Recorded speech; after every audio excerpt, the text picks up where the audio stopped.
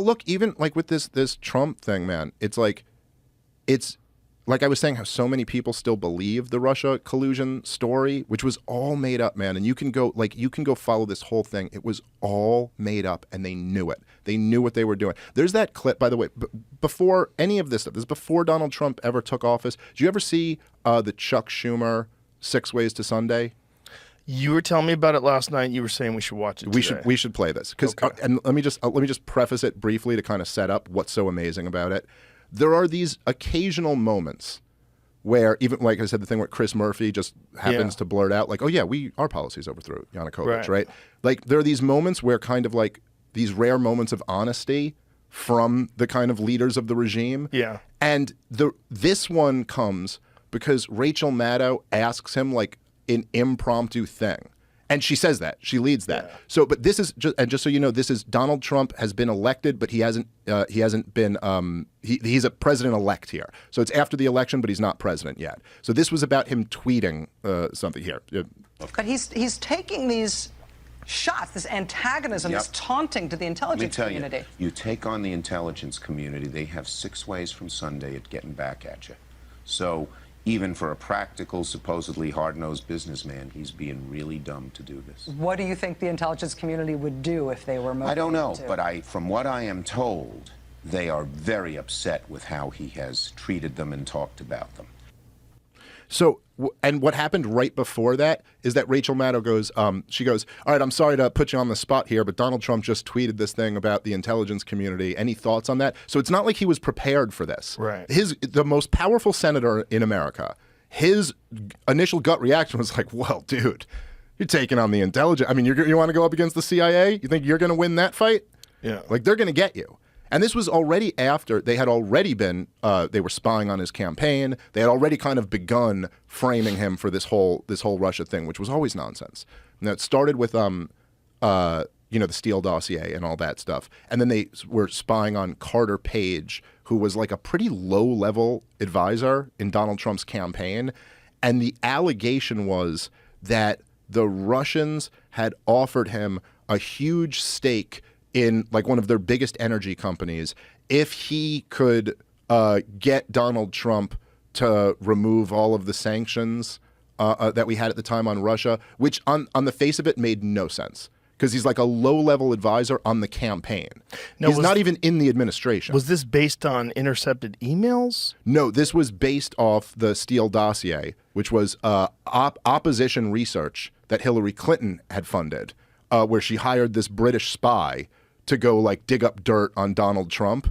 And they put together this whole dossier alleging that he was, he had been in bed with Russia for years. He was compromised. It was that the prostitutes were peeing on him and all this like crazy shit. And they all knew it was unverified. They all knew it was like, all of it, almost all of it was ended up being disproven.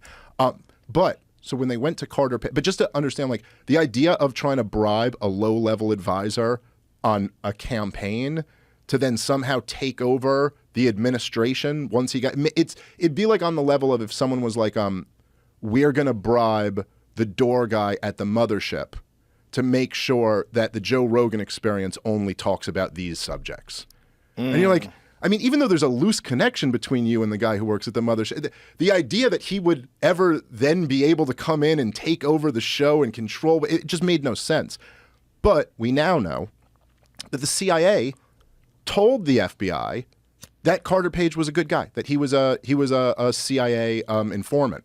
Then they told the FBI, they were like, no, he's not a spy, he's one of ours. So just lay off. And then the FBI lied about that on the FISA application. And this was the only guy who went down for the frame job was this one FBI lawyer for misrepresenting what the CIA said. So basically, they said that he was approached by Russians, and that he was approached by a group of Russians to see if he would turn and work for them. And the CIA were like, yes, he was. And he came right back to us and told us about it. And then when they were putting in the application for the FISA warrant, the FBI said he was approached by these Russians and the CIA confirmed it. So they said that the CIA confirmed that he was approached by these guys, but they left out the part that the CIA said, and he came right back to us and told us about it. So that one guy was the only guy who got charged. Did he get? Because it was no jail time, but he did get charged. Carter Page got charged? No. The FBI agent the FBI lawyer who lied on the application. Oh, interesting. Carter Page, they had 3 FISA court warrants on him. They spied on him all up and down. Never been charged with anything because he wasn't a spy. Right. And Donald Trump, even now with all these charges, right? He's never been charged with treason. He's never been charged with inciting an insurrection.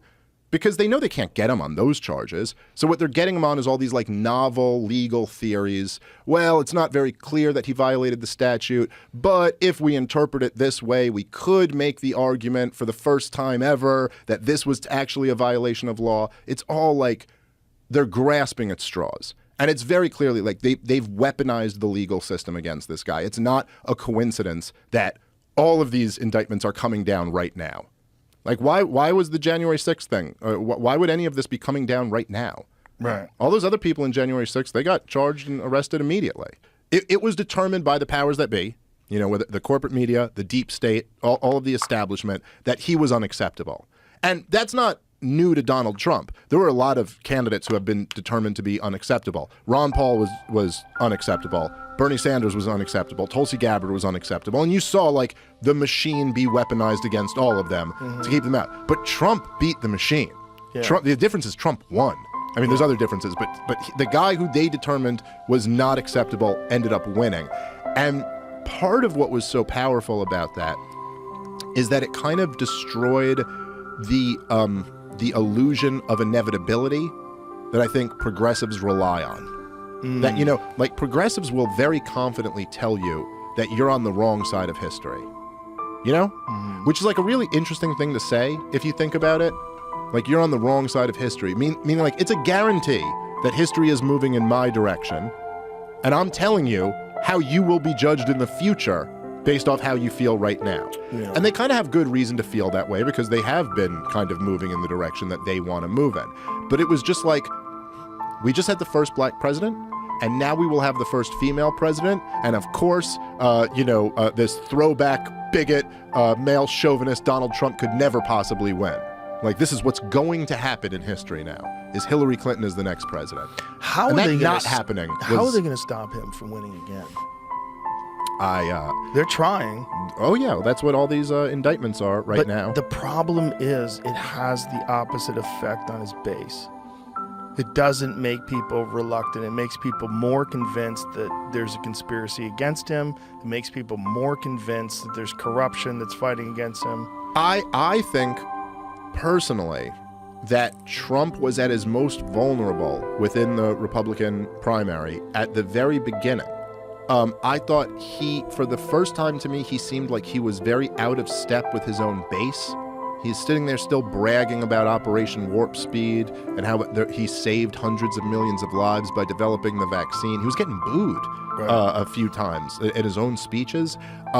He just seemed kind of out of touch, and it seemed like, it seemed like the energy of his campaign wasn't 2016, which was Make America Great Again. This was like my vengeance tour. They screwed me. I lost, but I really won. I'm gonna come back and win again. And it seemed to me like that wasn't really connecting. And then, this is before DeSantis got in the race, but it was heavily speculated that he would be getting in the race. And, he was like this guy who had a very good record on COVID, at least compared to all the other governors, just about all the other governors. And there just seemed to me like there was an opening there. There was like a vulnerability. And then they raided his house in Mar-a-Lago.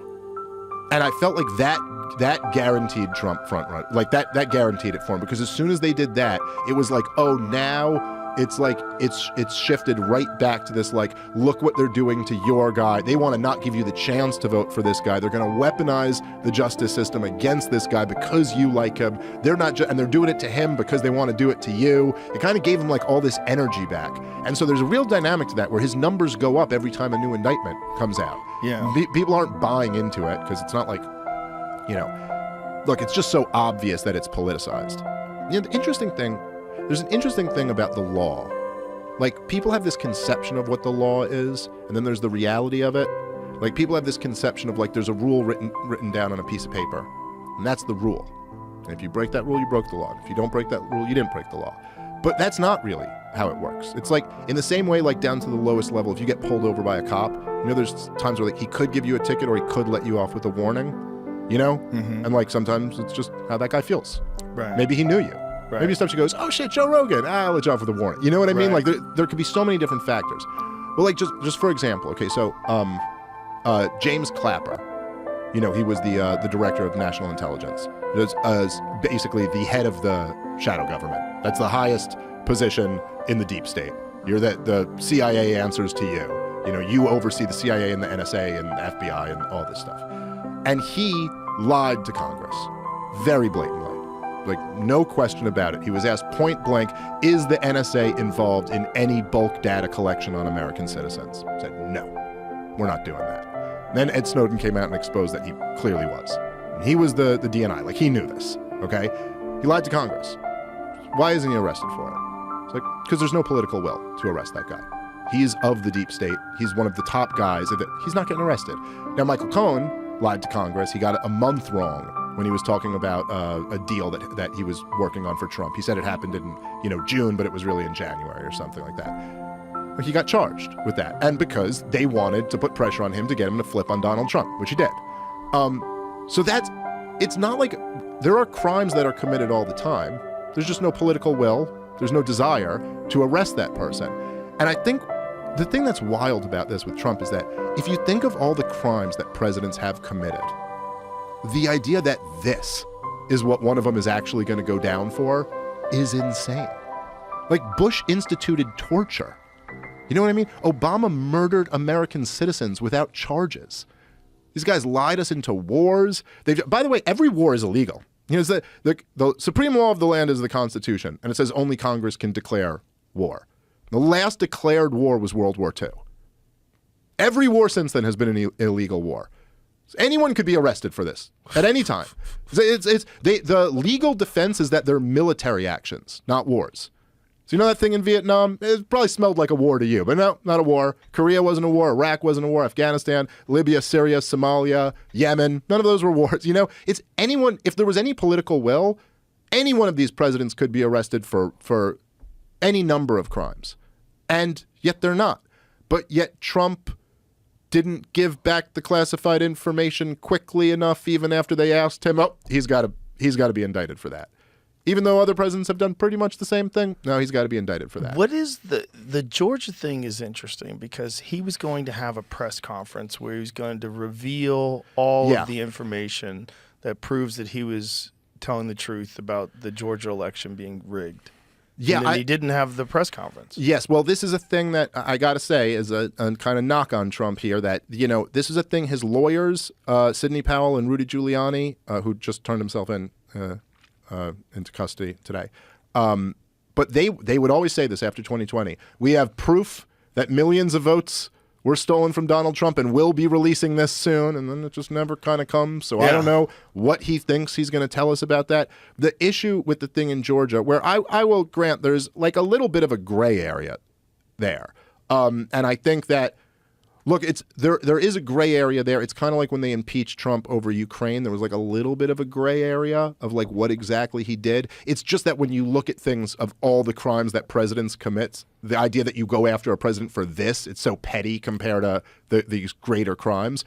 But like he called the Secretary of State in Georgia and was kind of like, I need you to find me these votes. But he was like, look, there's been fraud. I know there's been fraud. You got to go look for it. And the guy's like, I don't see any evidence that there's fraud here. And he's like, find it. I know there's fraud. You know, he was putting pressure on the guy to go look. Right. But it's not as if he was telling the guy, I need you to commit fraud.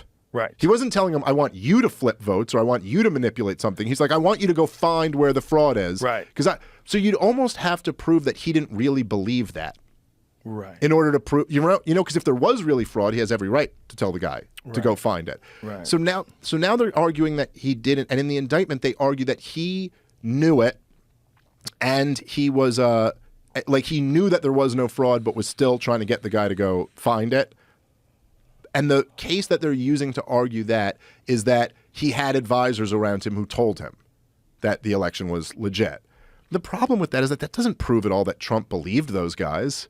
just because they told him that. Right. If there's one thing I'm fairly confident in, I believe Donald Trump believes he won the election in 2020.